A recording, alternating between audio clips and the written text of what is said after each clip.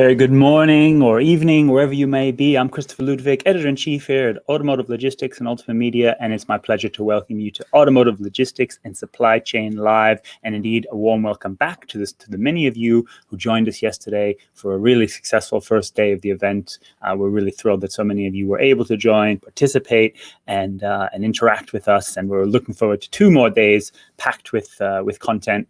Starting this morning with our session on sustainability. But as we did have a great day yesterday, I thought we would just kind of quickly recap some of the highlights, of which there were many. And for those of you watching or who haven't looked at it before, please do note that all that content is now available on the Brella platform to view on demand. So if you go onto the agenda and you click past content, it will come up all the sessions that are available, and you can go back and watch again at your leisure the sessions we had. And there were many highlights from that. I mean, just to name a few, Martin Corner from Volvo kicking us off, talking about now is the time to pull the supply chain out of the Stone Age in terms of the platforms we use as we go deeper into electrification, digitalization, requiring so much more flexibility and agility.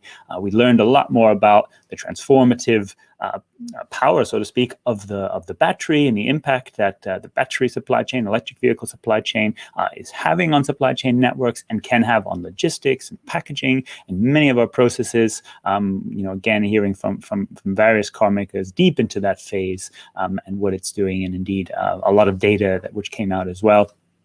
We learned about finished vehicle logistics collaborations and new IT standards for better communicating, how the industry is dealing with an unprecedented peak season in ocean container and managing global supply chains on that side, new relationships and partners, and of course, managing through the recovery, ramp up, and ongoing stages of the coronavirus crisis and the unpredictability that's to come. We also spent a lot of time yesterday at the end, and I hope many of you go back and watch this. A really fantastic session with leaders from Volkswagen, Visteon, Jeffco, and FCA talking about leadership in the supply chain and what talent we need in future, how we can organize our organizations to deal with today and tomorrow's global challenges. So a lot of great content, and like I said, that really just kicked off because today we've got another day just as full and just as exciting. Shortly this morning, we'll turn to our first session on sustainability and green supply chain, particularly with some focus on what's happening here in Europe and how that will impact the automotive industry and automotive logistics sector. We've got sessions on Industry 4.0 and automation. We're looking at global trade today. A fantastic session later with General Motors on the arsenal of health, on how the company transformed its supply chain and production for a period to support the recovery. You won't want to miss that one. We've got a number of sessions on future mobility and impacting the supply chain with upstarts like Arrival and Hyperloop. We'll drill down into packaging. We'll look at electric vehicle, finished vehicle logistics, and a great closing session on startup supply chains from companies like Rivian, for example, and NIO and others. So again, this is a day you want to stick around, and if you don't have time to watch all of it today, you'll be able to catch up on demand as well. And that's not to forget about tomorrow, when we've got even more content coming back, really senior leaders from the likes of Nissan, Daimler, Bo Anderson, president of Yazaki, will be our closing interview of the day. So much more to come. Hope you'll keep with us. And as a reminder, throughout throughout all the sessions, you can comment and question. It's right in your portal there. Put your questions through, and we'll put them through to the moderators. To the panelists as much as we can, and we'll continue to do audience polls. Again, just a reminder to everyone, you're here on this platform, as well as absorbing all this great content. Do take advantage of the networking tools which are at your disposal. The one-to-one meetings you can set up, continue to request them, accept them, schedule time with your peers, visit our sponsor e-booths and connect with people there. There really is a treasure of not just great content here, but services that can help. If you have any questions or issues using the platforms, get in touch with our team, and we'll help you as much as possible. So as we're kicking off, let me also just take a quick moment as well to point to and acknowledge those expert companies who are sponsoring this conference and from whom I think so many of you can find relevant services and expertise. Our marquee sponsor, Jeffco, our session sponsors, Sigfox, LPS Alpine, Carter Logistics, Inform, CFR Rinkins, DSV Global Transport and Logistics, Glovis, DP World, along with our panel sponsors, Cosmotech, C&W Courier Network, E2 Open, Jack Cooper, IPL Macro, Kuhne & Nagel, CHEP, Siva Logistics, Maersk, Gallega Global Logistics, and our exhibitors with eBoots, also with eBoots, ProTrans, Fract Logistics Solutions, ProAct International, and Evolution Time Critical. So do spend some time, as I mentioned, visiting their stands, their virtual stands, and connecting with the people who behind that expertise there. Okay, let's move to the topic of the day on the European Pact for Sustainable Industry, looking into EU climate policy, as I mentioned, and impacts on the automotive industry and supply chain. Although we'll be looking principally with our content this morning at Europe, I think it's fair to say that this is certainly globally relevant, not least as we see increased alignment with Europe and some other regions like China on areas like emissions, and obviously so in some ways we were kind of setting some form here, and most importantly looking at the practical things that those of us in the supply chain are and can do to reduce emissions and address sustainability issues, not just environmental ones, I might add, but also driver conditions, working practices, ethics, etc. All of these play an important role in the supply chain ecosystem, and we're going to be covering some of that with our experts and speakers today. And that's why I'm very glad to welcome to our virtual stage Stefan Crets, who's the Executive Director of CSR Europe, an important organization helping companies to improve sustainability in their supply chain. And we will also be joined after Stefan's short presentation by Christoph Stürmer, who's a global lead analyst for Autofacts at PwC. Christoph, of course, a great expert in the automotive sector. And if those of you who weren't able to view his session yesterday on alternative powertrain research, it's available on the catch-up demand yesterday.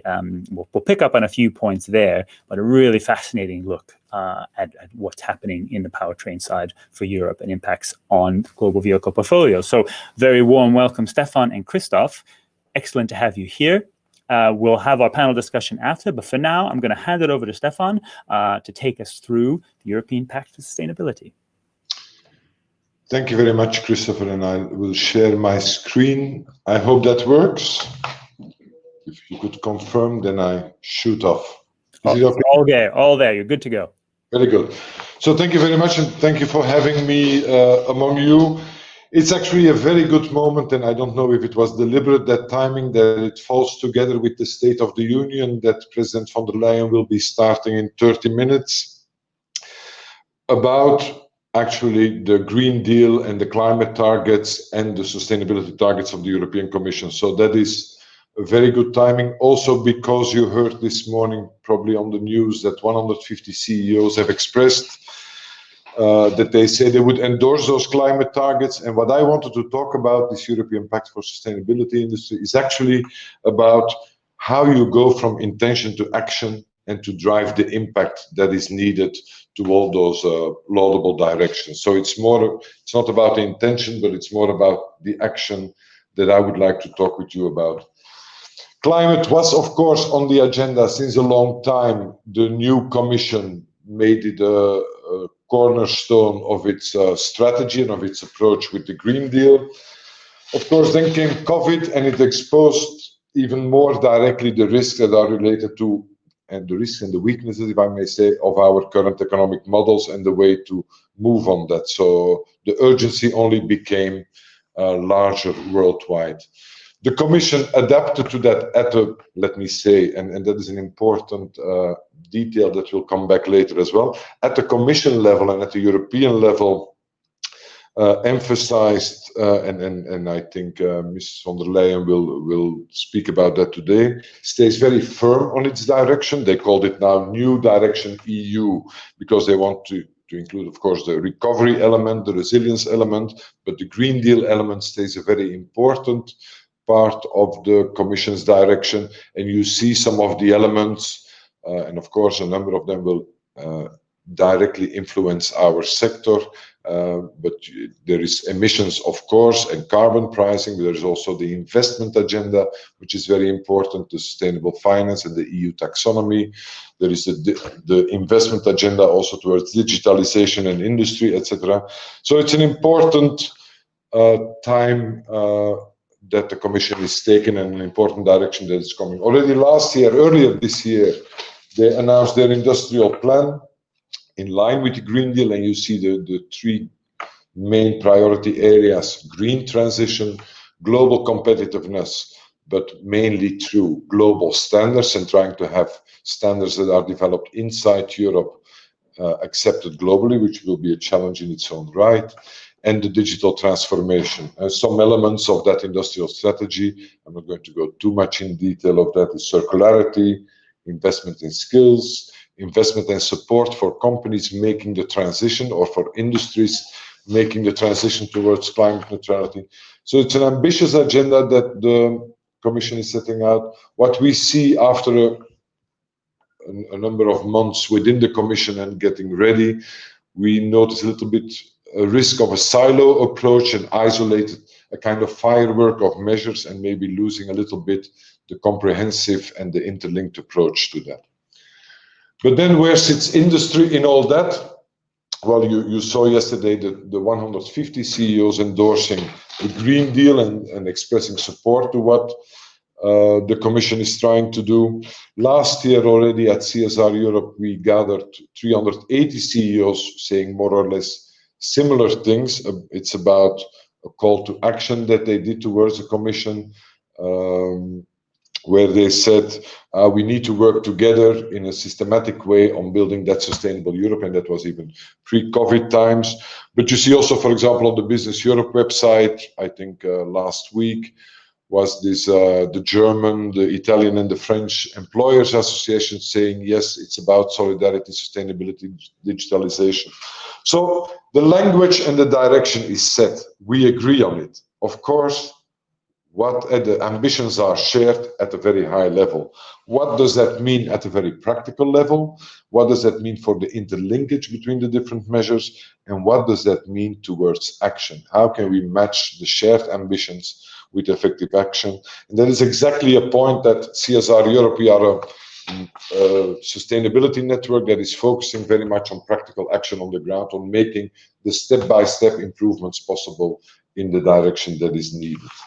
And I wanted to talk a little bit about that, because that's why we launched, and we will inaugurate at the end of October, this Pact for Sustainable Industry, based on that call to action I mentioned earlier, based also on what we see, the strong policy direction from the Commission side and at Commission level for the moment. We say we need this European Pact for Sustainable Industry that is actually saying we need the industry federations to do more. We need to scale up what we do, and we need to scale up our collaborations. Individual companies can lead on certain agendas, be it on emission, be it on supply chain standards, be it on digitalization, etc.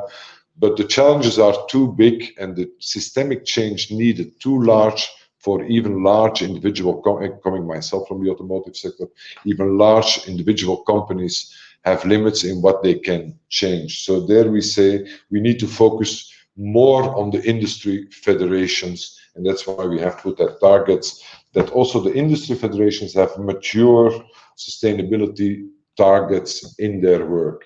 Why did we do that? Because in 2018 with Pricewaterhouse we did a study on the European Industry Federation showing that the understanding of sustainability was there, 72% embedded sustainability on a strategic level, but on the other side of the graph there you see only 1/3 of them are doing one or more practical project with their federation and with their members. And you know, the scale of an industry federation is very large because you have the international members, you have the national members, etc. So there is a lot of potential that we think, especially in times where the ambitions are shared, should be leveraged better.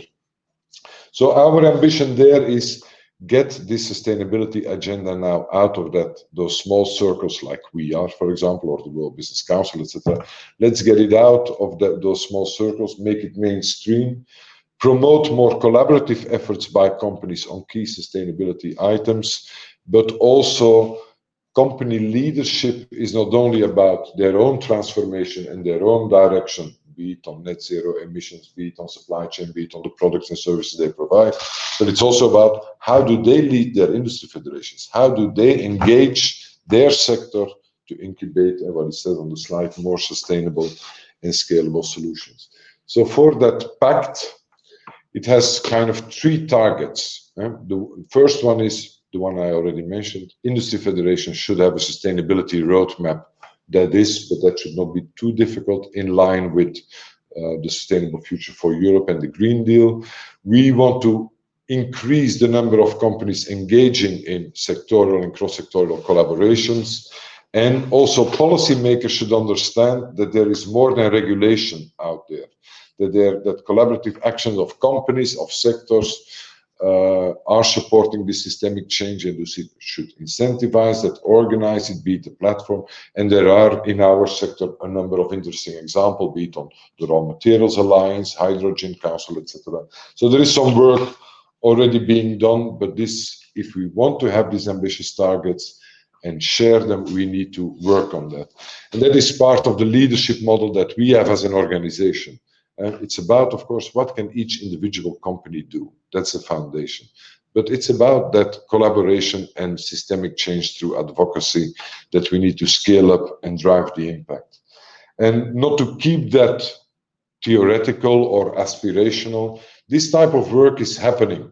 And I can give some examples of what we are facilitating as CSR Europe, but there are more examples in other sectors, like in the chemical sector or in the cocoa sector, etc. There are similar examples to be found.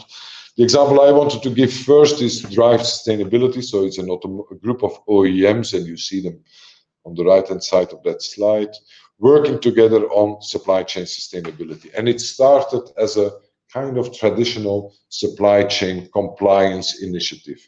We want to make sure that we integrate better sustainability in the overall procurement process. We are trying to do that each individually, and each company is still doing individually, but we can do it better, more cost effective, and also meeting suppliers' demand.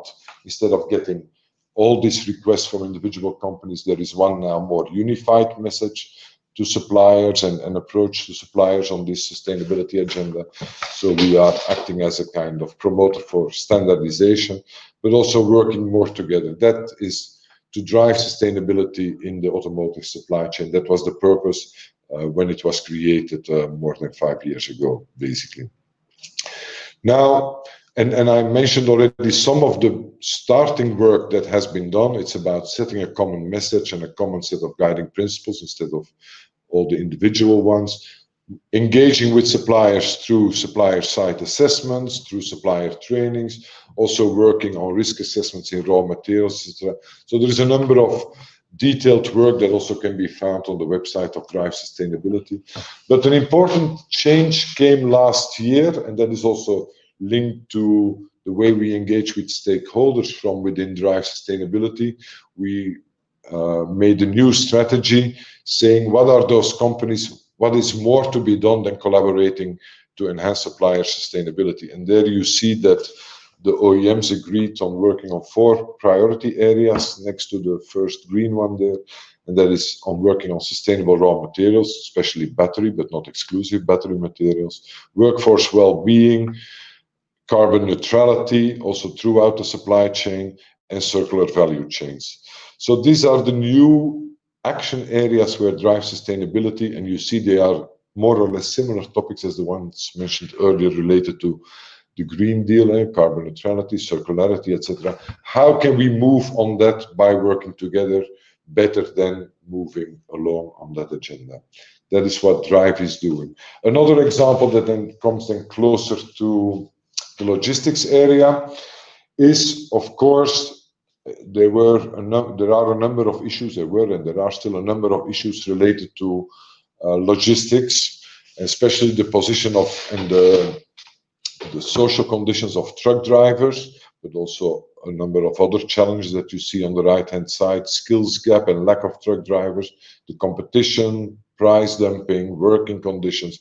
All these elements are a challenge, a sustainability challenge within Europe. Also globally, but within Europe, that is certainly something that is flagged regularly also by labor union, NGOs, etc. And there, what we want to do is see how can we address that together, because companies are trying to address that individually, logistics companies, shippers, carriers, they are trying to address that individually. How policymakers are trying, but the Commission is not advancing very much on that with the mobility package maybe. So what can we do as an industry? What can we do when carriers and shippers are put together in a room and trying to see how they can address something as important as that?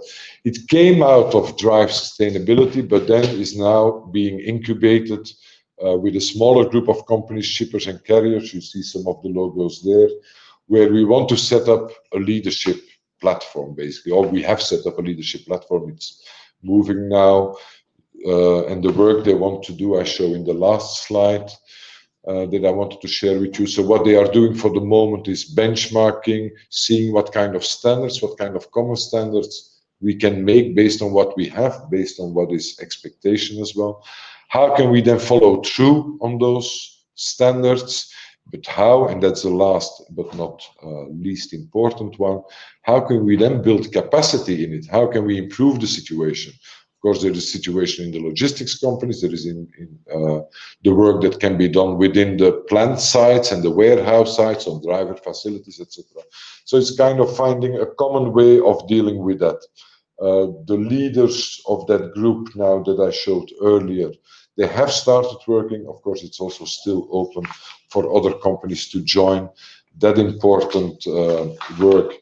And the main reason why, and I would end with that, we will talk about that in a summit at the end of October, but the main reason why it's important that industry not only expresses in a CEO call to action or like in the letter of yesterday, but also leads the action on that is you don't only want top-down regulation on sustainability topics.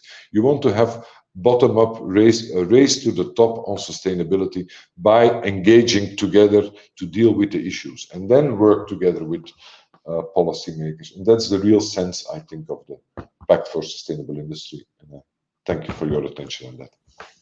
Christopher. Thank you so much, Stefan, for that insight, and for those of you who have made the right choice in watching this stream as opposed to Mrs. van der Leyen. Although I'm sure we'll update you on key developments out of the Commission's speech as well. But thank you, Stefan. I think that gives us a really good overview of the policy side on the European side, but also, as we mentioned, how the industry can get more engaged or is getting more engaged to drive this from the bottom up. Let's also bring Christoph into our conversation as well. And as we move into that, I just would like to launch a poll for our audience to vote on. I'll leave it open for a bit and we'll question. So just vote on this as you see. And the question is simple: will climate policy, well, deceptively simple perhaps, will climate policy make the European automotive supply chain more competitive or less competitive vis-a-vis other regions like China, North America, etc.? So I'll leave that open. A little note for our audience: you do have to vote to see results. So just vote on it. I'll leave it open as we kind of discuss. Perhaps that influences your vote as well. So we'll go through it as we come. But let's, Christoph, I want to kind of start with you, bring you into the conversation here. Now, when we talk about the Green New Deal, a part of that is certainly related to vehicle emissions. We don't know exactly what will happen. There is perhaps the chance that those emissions get tightened even further than what they already set. In fact, that's probably expected. But if that does happen, if it's tightened to 50 or 55% reduction by 2030, that's just 2 model cycles away for car makers. Do you think that the automotive industry will be able to meet those tighter targets? To be quite honest, from all that I hear, they are convinced that it will be very, very tough, that technically it may be feasible, but financially the stretch may just be too big. And the reason is that we've done a lot of market simulations in terms of and customer surveys. So there's great sympathy in the public for electric vehicles, both for vehicles for people that expect to be sitting in those vehicles, as well as people, especially people who expect to be sort of around those vehicles in cities, living near those vehicles. The problem is that currently it is very, very hard to make money on those. And as we said, sustainability is not just about saving the planet, but also saving companies and paying people salaries. So the economic side is really the challenge. I think the technological side is more or less foreseeable, but the way to crack the economic nut and to actually swing the market around to the required 50% or so zero-emission vehicles by the end of the decade is still open for debate. Absolutely, and as we talked about yesterday in the session, of course, there is a much, the train has left the station on electrification, as you put it, and so we do see that increasing. But of course, to meet these targets, the sales have to be have to align pretty strongly as well too, to actually meet those targets. So it's on the customer side as well there too. Stefan, I mean, when we talk about the Green Deal and the recovery plan, there's a lot of investment, there's a lot of money that is being talked about. I mean, pretty substantial sums, and a good portion of that is meant to be allocated towards decarbonization and green projects. If we think about it from the level of the companies in the supply chain, how do you think this money will reach them? I mean, is it through individual member state programs and grants? Is it through that just transition mechanism, for example? Maybe it's not yet clear, but I mean, maybe if you have any kind of insight on that. No, it's not yet clear, but I alluded already in it in my presentation, but I didn't elaborate on it. It seems most of it will go through the national level. And as you know, of the discussions related to the EU funding, there is a discrepancy, or at least kind of tension, between the EU level and the national level. And probably one of the ways that the Commission tries to deal with that is to make sure that a lot goes through national government. And then it starts depending, of course, also what are the priorities at that national level, and where will they make the investment in, etc. So it will be in this balance, and that is probably the most challenging part of the Green Deal. How will it be leveraged? How will it be amplified at a national level? And what will national policy makers do with it? Because the Commission is very outspoken on the direction, on where they want to go. They made the money available in a certain way. What will happen at national level? And there, if I come back to your question to Christoph, it's technical feasible indeed, but financially hard, also because the customer will have to make the transition. In surveys, the customer will say, and that we see in sustainability in general, yes, we want more sustainable. Yes, we want electric. Yes, but then you are in the dealership, or then you think about, yeah, but what is my pattern? What do I have to invest? What is the cost? And then the customer becomes more reluctant. So where does such a package, also a financial package, helps those kind of transitions that are wanted? So there is a financial reason also especially from the customer side, I would think. If I may add to that, the good thing about the investment sums, I think, is part of it. We see the Commission moving towards more this kind of collaborations. I think they announced, last week or 2 weeks ago, this raw materials alliance, dealing with the geopolitical and the sourcing aspects of raw materials. They have several of the kind of collaborative networks. They have major R&D investment programs. So those things they give, I think, and mainly to multinational companies, but maybe also more and more smaller companies, opportunity to engage directly with the Commission on those, on that transition element. But that's then more through those collaborative platforms of the Commission and the R&D type of work. Okay, very interesting side. I'm just going to turn briefly to our poll here. The results are in here, and interestingly, 53% of our audience does think that the policies will make European supply chain more competitive vis-a-vis other regions. A third think less, and about 50%, 40% think there's no real impact. If I were to kind of just take that point again, maybe on the automotive industry side, Christoph, let's think about that in the context of global emission sort of policy. I mean, do you think that the tightening and this ever tightening will indeed or could indeed make Europe more competitive, or does it potentially put it at some disadvantages in the global context? This is research that we've been doing at great detail over the last 3 years. And we're seeing that if we just look at the macro regions, Europe, North America, and China, they are already embarking on totally different trajectories. When we look at it from a macroeconomic perspective, maybe over the last 200 years since industrialization broke loose, there is a very strong connection between technological innovation and economic growth. So those areas, those regions that do not continuously pinch their industries to move ahead and come up with technological innovation are also those countries where growth, macroeconomic growth, is going to slack. And we've seen the Chinese government beating the heck out of their people and their companies to come up with ever new innovations. Every 5-year plan was really taking it to the max, and they've produced tremendous growth.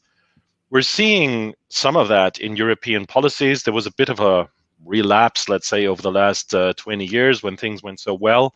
And we're quite alarmed, to be quite honest, by the sort of industry appeasing policies, by the apparently appeasing policies that we're seeing in the US, because there's an intrinsic risk that the industry is just going to slack, is going to just look at immediate profitability, and is just going to lose that impetus to continuously come up with new technologies and new innovations and better products. So I think the one thing that we can see is the globality of markets as a whole is under threat. We're seeing those macro regions really embark on different trajectories, and currently the industry that still has the area that still has the highest pace of transformation is China, and Europe needs a good strong wake up call. Okay, interesting perspective. And Stefan, from the point of view of the supply chain and driving it kind of across the companies as you outlined, do you agree that is this a competitive factor for Europe, not just a climate one, so to say?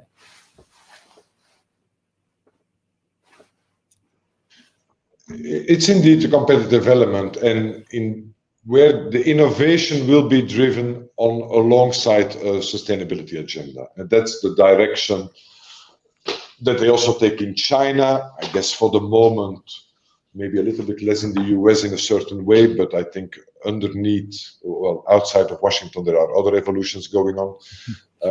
So that is a direction that is going to be taken, and that will indeed lead to further growth. Now, does Europe do enough? Maybe from a European policy side or from a European Commission side, those investment funds and R&D funds should be further strengthened. But there is an intention, and we will hear more about that at this moment from Mrs. von der Leyen. Do the OEMs or the industry, it's not only the OEMs, especially also with major suppliers, do they work together enough on that agenda? That's a very difficult one, because part of course, the powertrain and new technologies are seen as a competitive element, but at the same time, you have the problem that you need enough scale to be able to do the investment, but also to get customer acceptance of the new technologies that you are bringing. So there might be, I think there's opportunity for further enhanced, especially in the R&D side, collaboration between the different companies. It's happening, but it's also hesitant for the obvious reason. Yeah. I think that's a good and interesting point. And Christoph, is there any of the research that you've done in PwC about that sort of collaboration on the OEM or tier supplier side, whether it's on materials and the different kinds of technology, is that happening at any kind of pace? I think Stefan raises a good point that the battery side perhaps is quite competitive right now, but what about other parts of the supply chain? To be quite honest, the automotive industries and players in the automotive industry are notoriously bad at direct cooperation. They know suppliers and they know customers. So there's always sort of a vertical element in the way that they interact between companies. Horizontal interaction has been tried, and to my understanding, it has cost a lot of money, and I don't know how successful it has been. But there's a magic element in the automotive industry, and that is basically triangular cooperation. So a very, very sound example is take vehicle seats, for example. There's company A that needs vehicle seats, and then there's company B that need vehicle seats, and they buy vehicle seats from the same supplier. So instead of direct institutional cooperation, they would use the same supplier. They would bundle their purchasing power. They would bundle their technical intelligence in one common supplier, who all of a sudden has bigger scale, has bigger capabilities, has profits from the common intelligence of those two clients, and sort of creates an efficiency effect for the entire industry. And this vertical structure is the secret sauce that has been pushing the automotive industry ever since World War II, I guess, to ever new heights. So what we are really looking for in new technologies, and I also think in services that the industry is using, is those common new players who are able to provide innovation, better services, better products for many users, many customers in the automotive industry. That is okay with established technologies and established services, but as soon as something new comes in, there's a race for being the first and, of course, the only one to cooperate with that new player. I think NVIDIA is a very good example. They're providing chips in the end, but they're very, very special, and they have a very special programming environment, and they're needed for a very special new technology. So everybody is trying to get into a direct cooperation because they want to have the exclusive rights. I think that's going to settle over time, but it's going to be costly, and it's probably we're going to have a couple of inefficiencies on the way to get there. Yeah, that's a very interesting point. Well, there's an audience question here that I thought I'd raise. So the question is that the EU has declared the Green Deal, but the mobility package, according to this commenter, increases empty driving in CO2. And the example here is actually quoted that in the Baltic states, it could lead to 3.7 million tons of empty driving alone, just in the Baltics. So, Stefan, do you have any comment on that? It's not an area I'm familiar with, but perhaps if you can comment for our panel. No, I'm happy to do. It's indeed in the mobility package, there is that risk that there will be more empty driving. Does that mean the mobility package should be thrown overboard? Probably not.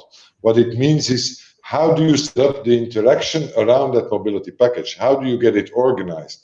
And for that, again, you need, and I like very much Christoph's image of verticality driving growth or competitiveness, but I'm more optimistic about the horizontal that needs to be complemented in that, because especially in that area of the mobility package, so that's about truck drivers and what they can do and how long they can drive and when they have to go back with their truck to their country, and that's where you create the empty driving. That's the background of that question. You will need to discuss a common approach to it as an industry, because what the legislator is trying to do is to deal with some of the social issues that are linked to the current model. And they want to get rid of those social issues that are linked to the current model. They come up with solutions that are certainly not optimal.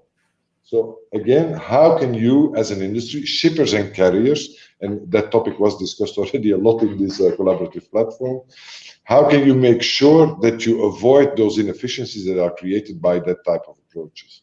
So it's a plea for that horizontal alignment, but in an actionable way, and not only in a way of saying, we don't want that package because it creates empty driving. or empty loads, empty trucks.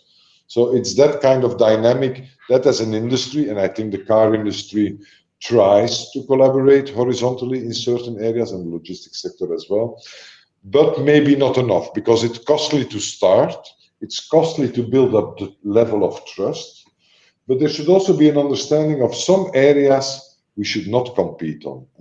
Let me give you an example, if I may, on raw materials. You know, last weekend still in DRC, it was a gold mine, but all the issues related to cobalt mining. And what we see is in the car companies, and it's a point in Drive Sustainability, is very high on the agenda. They try to find ways to work together on that, also with the electronic sector, but still at the same time, each individually is trying to do. That's inefficiency. It's in all the industry's interest to get rid of the issue of and it will take a long time. The issue of cobalt is not an individual cobalt mining issue. It's a systemic issue related to mining in DRC, in Africa, etc. So for all these topics, you need that kind of practical collaboration, and you need to invest in it. Excellent point. Excellent point, I think. Christoph, did you want to add something on that? I saw you nodding there. Well, I very much agree that the example of a regulation, I think, is a very good point, where we can get a better understanding of the possible role of administration on any level. Being an economist, I very strongly believe in the role of states to actually make markets and create institutions, create incentives or disincentives for individual companies and people to basically optimize their behavior by, so that the collective result of individual behavior will be optimal. But that takes a lot of thinking around the corner for the policymakers. You cannot just tell someone, be a good guy, but you have to think around the corner and create incentives and disincentives around the guy, that his personal, individual, egotistical behavior will lead to collective optimum.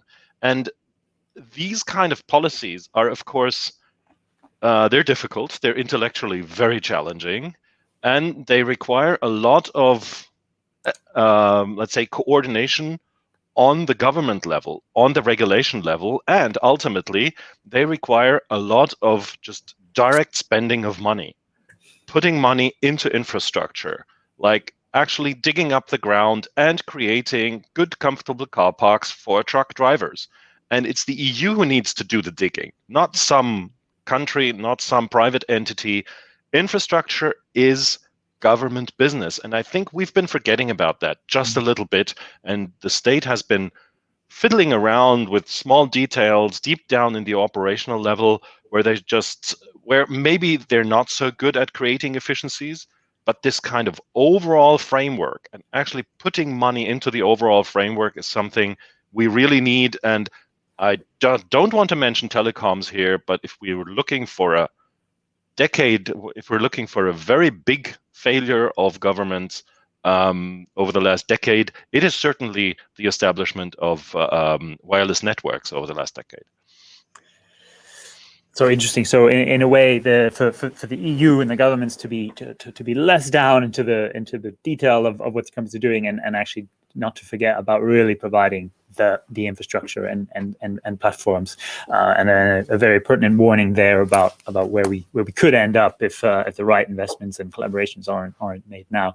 We're running towards the end of the session here, but maybe just as a closing question for some brief side, and Christoph just highlighted a good one. But if you were to kind of point, Stefan, I'll start with you, to what you think the biggest gap currently is for the transport logistics sector to reach sustainability and climate goals. What would be, if you like, your one wish to try to sort of close that gap? It's to invest in the horizontal collaborations. That would be my short answer to that. It's worthwhile investment, because on the point that Christoph made on the role of the government, they need, I was thinking of the word engagement from their side. And they make this type of regulation because they don't really understand what is around the corner. they don't really engage on a common goal. So if more the industry would say, engage with us, we are engaging, come now with us and engage on the practical work instead of only making some kind of top-down regulation, that would be the way, the only way forward we think is very important to follow. Excellent. And Christoph, from your side, any again from the automotive industry side, biggest gaps from you that we need to close? I think a very big gap in the automotive industry is legacy.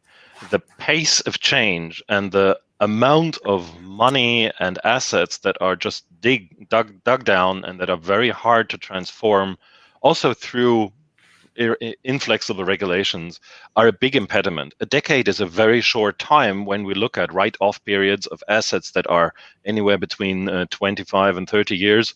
So we need a higher dynamic in terms of switching over assets, be it real estate, be it roads, be it mobile assets. If we don't get to a high pace there, the decade is going to become very, very short. One is of a short decade there. Excellent points from both sides. We've come to the end of the session here. I want to thank Stefan for his presentation and insights, and Christoph for joining us again for your insights. Always enlightening as ever. Thanks to our audience for joining us or early if you're in Europe, or later if you're in Asia. And we'll have more reporting on that and what comes out of the EU Commission live stream as well too, I'm sure, in due course. For those of you, stick with us, please. We've got another session coming up, 9:15 UK time, 10:15 Central European time, talking about real-world supply chain dynamics and a lot more, as I said earlier, to follow today. In the meantime, now go and enjoy the networking, have a break, and we'll see you back online in about a half an hour. Thanks a lot. Thank you.